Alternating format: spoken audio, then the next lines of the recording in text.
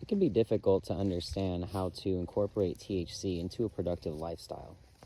Not all cannabis users use THC just to get high. And I say THC because not all weed strains get people high.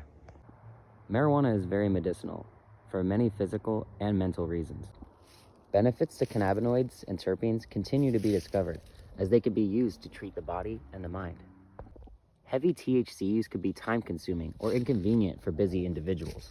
Knowing cannabis use limits based on your time management and your goals is key for incorporating it into a lifestyle. Since a lot of people don't understand the benefits to weed, a lot of cannabis users have to hide their use so they aren't judged as bad drug users. So if you use THC a lot and you're open about it, a lot of your problems and mistakes in your life might be mistook as THC abuse issues, and a lot of your actions might be overanalyzed compared to the rest of your peers. So even if you work hard, pay your bills, and you stay good, any of the setbacks in your life could be blamed on your THC use, especially if you're perceived as a heavy user. There are a lot of serious, hard-working cannabis users out there that have to hide their use, especially in states where cannabis is still legal. Washington State, for example, pushed cannabis to be legalized with the understanding of its medicinal benefits. It seems like a lot of people in the younger generation misconstrue cannabis as something that's just used for fun, like it was years ago before people understood its medicinal value.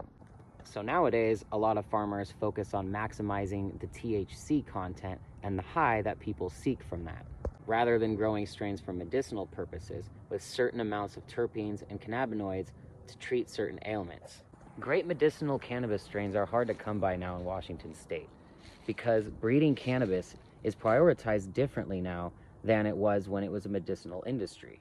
And I try to memorize the strains I really like. These are ones that I feel the positive effects are outweighing the negative ones. Many regular cannabis users understand how to balance the positives and negatives of marijuana use into their productive lifestyles. I'm summarizing as much as I can about cannabis. I'm not trying to be a marijuana advocate, but I do believe there's a lot of bad assumptions about the people who use it.